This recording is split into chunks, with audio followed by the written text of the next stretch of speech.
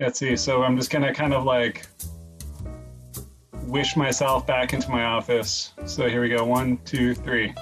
There we go. At my office on West Pender.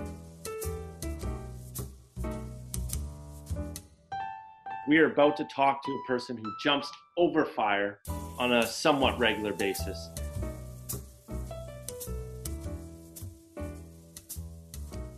We are here with Mr. Brian Dean Williams for episode 3 of Conversations with Counsellors. Just want to thank you, Brian, for coming on to do this and being a part of Conversations with Counsellors. So the goal too with Conversations with Counsellors really is about breaking down the barriers around counseling and therapy. Yeah. To really kind of help people experience, what it's like to go to a counselor, and to really create, bring some personality to it. So yeah, show you and really talk about some of the challenges and things that are present for people, to access counseling, or, what they can expect by even going and seeing a counselor. Yeah. This episode is a little bit different because of the circumstances that are going on. And so, during COVID-19, it is been an incredibly challenging time for many people, and especially too around the mental health side of things. Yeah. So, just want to kind of to touch base around that, around the mental health side of things. And from your perspective, if you could just share a few words on what you've seen around that. I guess the first thing I'd say is that it struck me recently that this might be the greatest experiment in compassion and generosity that maybe the world has ever seen. Like when you think about actually how millions of people are intentionally taking physical distance as a gesture of care for like the lower percentage of people that are particularly vulnerable to this virus. Yes. It's actually a pretty incredible gesture when you think about it. So I've been thinking a lot about this in terms of it being like a massive social experiment in compassion and generosity. I've been thinking about how there's a grief aspect to this too, right? Where I think a lot of us are experiencing some grief of the life that we thought we were going to live. Grieving maybe what we think is yet to come, the imagined future that we had. And, as a result of that, I think for some people, there's been a strong response of fear. And some would say even like collective fear in the form of hysteria that we're participating in and influenced by both. And I've been thinking a lot lately about imagination, actually. And I was listening to a talk by one of my Buddhist teachers, which is one of my influences in my work. And his name's Gil Fronsdal. He's from California. And he was talking about how anxiety is actually really strongly connected with imagination. And when I checked that against my own experience, it actually rang really true. It seems like a really obvious point, but I hadn't really thought of that before, that every time, because I've had my own struggles with like anxiety and panic in the past, and that's actually one way that I got into therapy in the first place. And so when I checked that statement against my own experience when COVID-19 was starting to roll out and when social distancing measures were starting to come into place and I was feeling some of the fear and anxiety, when I think back to it, actually a lot of it was about me imagining, kind of disaster scenarios that were happening in the future. Right.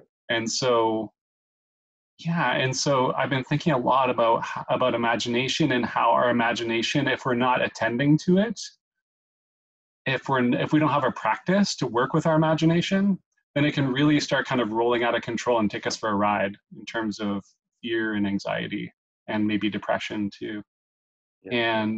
But on the flip side of that, I've also been thinking about how it feels in a way like the earth has kind of put us all in a bit of a timeout, like kind of sent us to our rooms for a minute. And so we actually have this amazing opportunity as well to imagine a different world, to imagine a different life, to imagine a different society that's based on things like this compassion that we're all experiencing.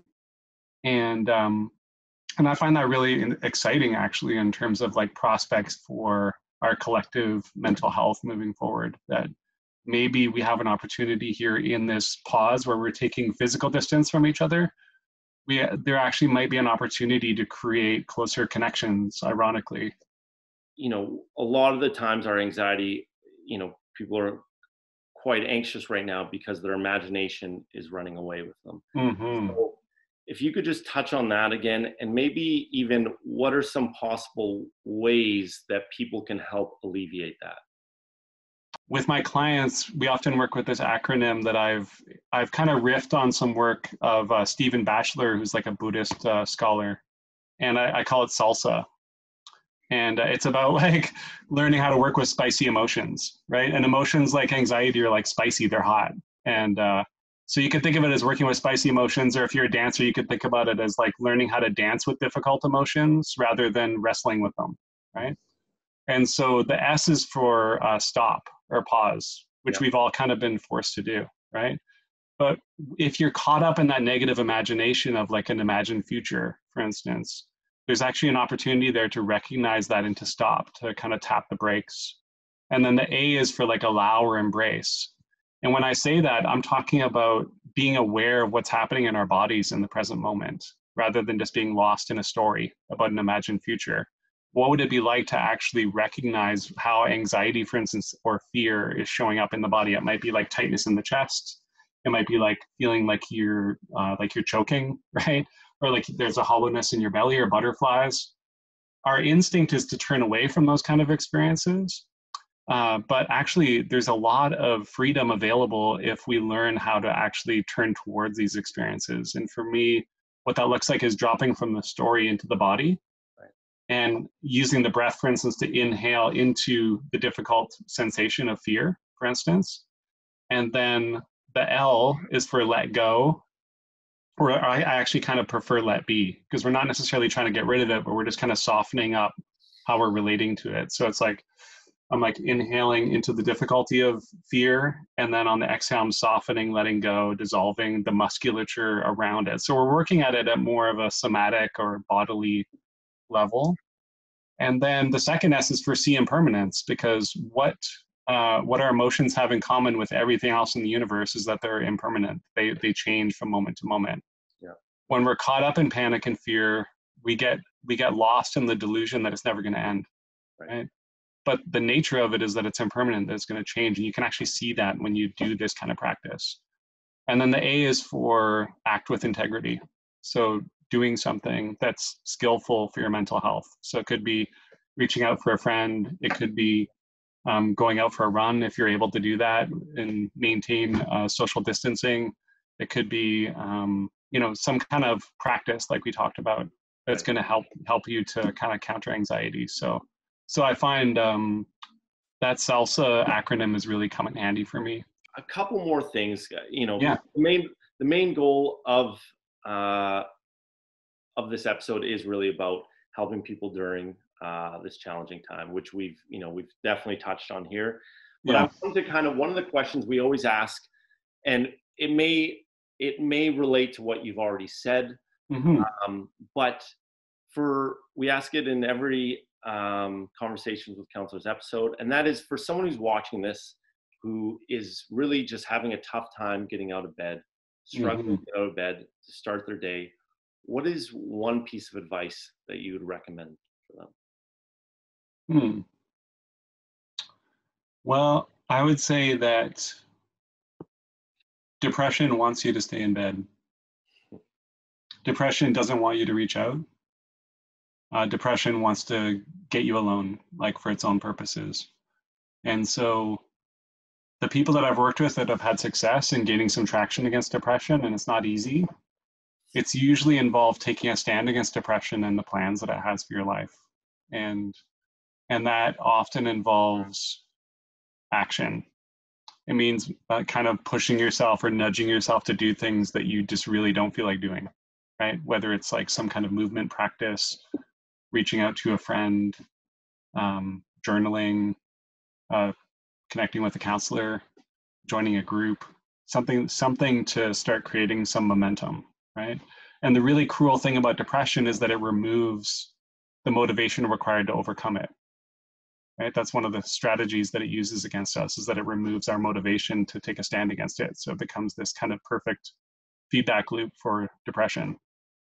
So to break out of that, it often requires us just nudging ourselves a little bit, just to do one small thing for our well-being, and to create some kind of connection is often like a really important piece of that. That answer really hit me. Oh, really? Yeah. How come? Yeah, that's well, Yeah. just how you depression wants you to stay in bed. Yeah. Yeah. That line alone. Yeah. I will. Yeah. Yeah. Thanks for that, Brian. Yeah. And I can definitely relate. So I think this is going to be perhaps the last question, and that is, Okay. what is one thing you think people get confused about counseling, or don't know? Possible misconception. Yeah. I think a few things. I think one is that counselors have their shit figured out. You know, that you're going to somebody who's like, they're perfect and like they've improved their lives, and now they're like they're going to like bestow some kind of like amazing wisdom on you. And I actually do a lot of work with counselors. I do therapy with other counselors, and I do what's called clinical supervision with other counselors, where we talk about their work. And I know from working with them that counselors struggle, you know, often just as much as people in the general population. You know, we might have particular skills when in terms of like being able to have dialogue with people and having ideas of practices that can help them, but we struggle. We're just human beings, right? So I think that I think sometimes people feel a bit intimidated to see counselors because it feels a little vulnerable, right? To be showing up with some of the things that you're not proud about, or things that that you don't like about yourself, and then you're meeting this other person who you kind of maybe sense that they have all of their stuff figured out, and that's not the case. I don't have all my stuff figured out at all. You know, I struggle as well, and I get help when I struggle. So I think that that's one of the things for sure. Okay, great. Well, Yeah.